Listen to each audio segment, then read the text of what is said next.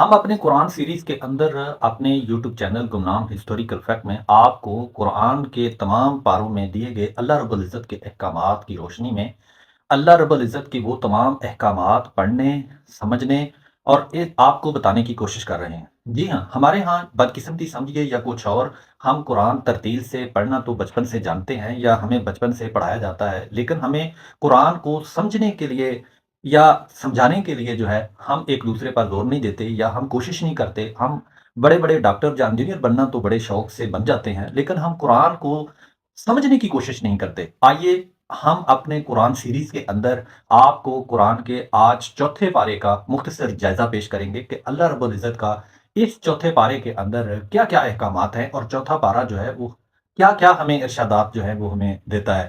جی ہاں، چوتھا پارا قرآن پاک کا جو ہے، جو لن تنالو سے شروع ہوتا ہے یا اس نام سے پکارا جاتا ہے، تو یہ جو لفظ ہے لن تنالو، یہ سورہ العمران کی آیت نمبر 92 کے الفاظ سے لیا گیا ہے۔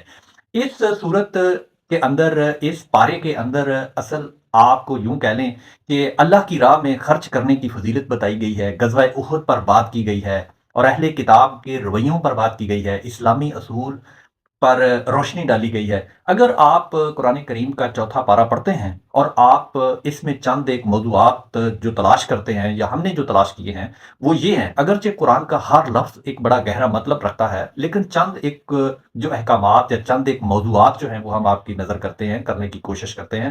سب سے پہلا جو چوتھے پارے کے اندر جو پہلا موضوع بنتا ہے وہ ہے اللہ کی راہ کے اندر قربانی کرنا۔ جیسا کہ لفظ سے شروع ہے لن تنالوا البر، یہ آیت نمبر 92 سے ہے، تو اس آیت کے اندر اللہ رب العزت کا واضح طور پر سورہ العمران میں ارشاد ہے لن تنالوا البر حتی تنفقوا مما تحبون۔ جی ہاں، اللہ کی راہ میں خرچ تو کرتے ہیں ہم لوگ یا کرتے ہیں سب لوگ، لیکن اس کے اندر ایک واضح نشان بتا دیا گیا ہے کہ یاد رکھیں اللہ کی راہ میں خرچ کرنا کمال نہیں ہے، خرچ یہ کرنا کمال ہے کہ آپ اس نیکی تک نہیں پہنچ سکتے حتیٰ تنفقو، جہاں تک کہ آپ خرچ کرو کس چیز کو، مما تحبون، وہ چیز جو کہ آپ کو سب سے زیادہ پسندیدہ ہو، جو آپ پسند کرتے ہوں، اگر اس پسندیدہ چیز میں سے آپ خرچ کرتے ہیں تو گویا آپ اللہ کے ہاں اس نیکی کو پہنچتے ہیں۔ اپنی محبوب ترین چیز جو پسندیدہ چیز ہے وہ اللہ کی راہ میں خرچ کرنے کا حکم ہے، بیکار چیز اللہ کی راہ میں خرچ کرنے کا حکم نہیں ہے۔ جی ہاں، دوسرا بڑا موضوع ہے خانہ کعبہ اور ملت ابراہیمی کا بات ہوتی ہے۔ آیت نمبر 96 اور 97 جو ہے، اس کے اندر بیت اللہ کو سب سے پہلا عبادت خانہ قرار دیا گیا ہے۔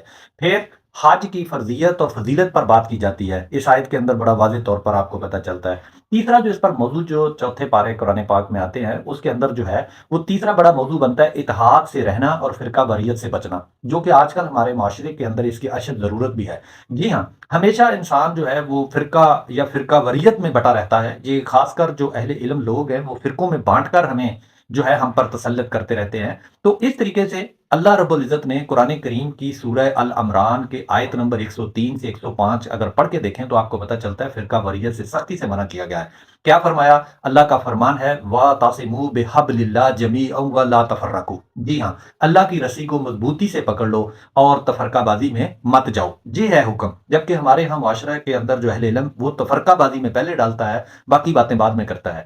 اس کے اندر جو چوتھا بڑا موضوع سورہ العمران کے پارے نمبر چوتھا قرآن کے جو آتا ہے، اس میں امت مسلمہ کا مقام بتایا گیا ہے۔ جی ہاں، آیت نمبر 110 کے اندر واضح طور پہ اللہ نے اس امت کو کیا فرمایا کہ آپ ایک ایسی امت ہو جسے خیر الامم کے نام سے یاد کیا گیا، یعنی ایک وہ امت جو بھلائی کا حکم دیتی ہے اور برائی سے روکتی ہے، آپ اس امت سے تعلق رکھتے ہیں۔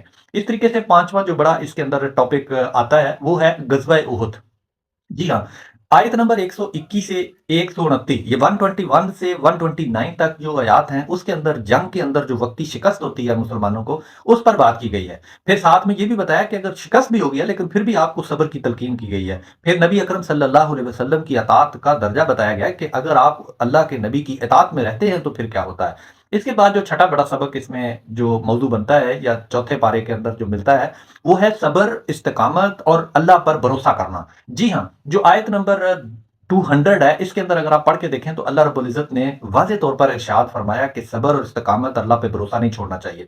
اللہ کا فرمان ہے یا ایھا الذین آمنوا اصبروا وصابروا ورابطوا واتقوا اللہ لعلکم تفلحون۔ جی ہاں، یہ اے لوگو ایمان لاؤ، صبر کرو اور صبر والے بن جاؤ، یہ چیزیں اور تقوی حاصل کرو تاکہ تم فلاح پا سکو۔ جی ہاں، اس کے بعد جو ساتواں بڑا قرآن کریم کا اس چوتھے پارے کے اندر موضوع ہے وہ ہے سورہ نساء کا آغاز ہوتا ہے۔ نساء عربی میں عورت کو کہتے ہیں۔ تو یہ سورہ نساء کا جب آغاز ہوتا ہے تو اس کے اندر 1 سے 23 1 سے 23 تک جو آیات ہے اس میں عورتوں کے حقوق پر بات ہوتی ہے، پھر وراثت کے اصول بتائے گئے ہیں، عدل و انصاف پر بتایا گیا ہے، پھر انسانوں کے نکاح اور یتیموں کے مال کی حفاظت پر بھی بات ہوتی ہے۔ جی ہاں، اس طریقے سے یہ جو چوتھا پارا قرآن کریم کا ہے وہ مکمل ہوتا ہے۔ آپ یوں سمجھ لیجئے اس کا، اور ہم مختصر آپ کو جائزہ یہ بتاتے جائیں کہ یہ پارا اللہ کی راہ میں اپنی پسندیدہ چیزوں کو خرچ کرنا، قربانی کرنا، اتحاد سے رہنا، صبر کرنا، جہاد کرنا، عورتوں کے حقوق ادا کرنا، غزوہ احد کے اندر ہار کر بھی صبر کرنا، اور پھر عدل و انصاف کے اصول کے بارے میں اگر ہم کہیں کہ یہ سبق دیتا ہے تو شاید غلط نہیں ہوگا۔ اللہ رب العزت سے دعا ہے اللہ تعالیٰ آپ کو اور مجھے قرآن پڑھنے، سمجھنے اور اس پر عمل کرنے کی توفیق بخشے۔ آمین۔